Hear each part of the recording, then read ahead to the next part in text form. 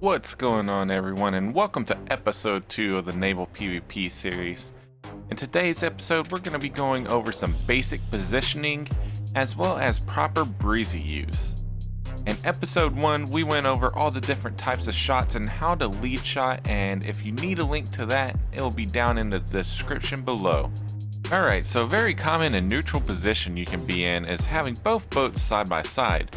Typically, you'll be sitting right around max range from each other when you're like this. The default max range will be 150 meters, but this can be affected by sailors, so you'll need to keep this in mind. Someone could have quick sailors, which will add about 11 to 12 meters of range per sailor, or if you're facing someone with full realistics, it will be important to note because they'll gain about 10 meters of range. If you're in a side-by-side stalemate like this, it's going to be up to you or your opponent to make the first move. Now, someone's going to have to be the aggressor, someone will have to play defensively. This is going to be very important and you're going to have a decision to make. So let's go over the pros and cons of either turning towards your opponent or away. Let's start with turning towards your opponent.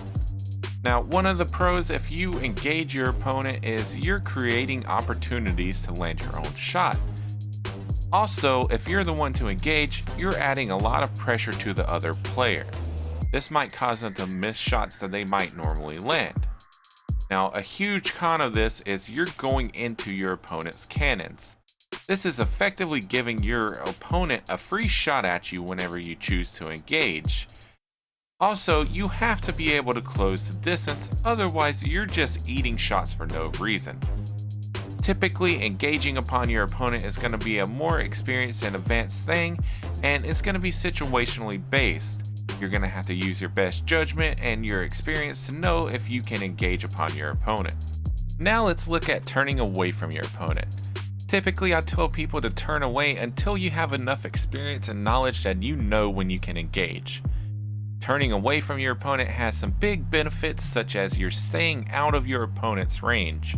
If they decide to follow you, they're going to be going into your range because they're closing the distance and moving towards where you're shooting. Effectively, this gives you a massive range advantage. A big con with turning away from your opponent, however, is if they do the same, you're basically just stalling a fight and doing nothing. If both players are playing defensively and no one's moving in, then there essentially is no fight.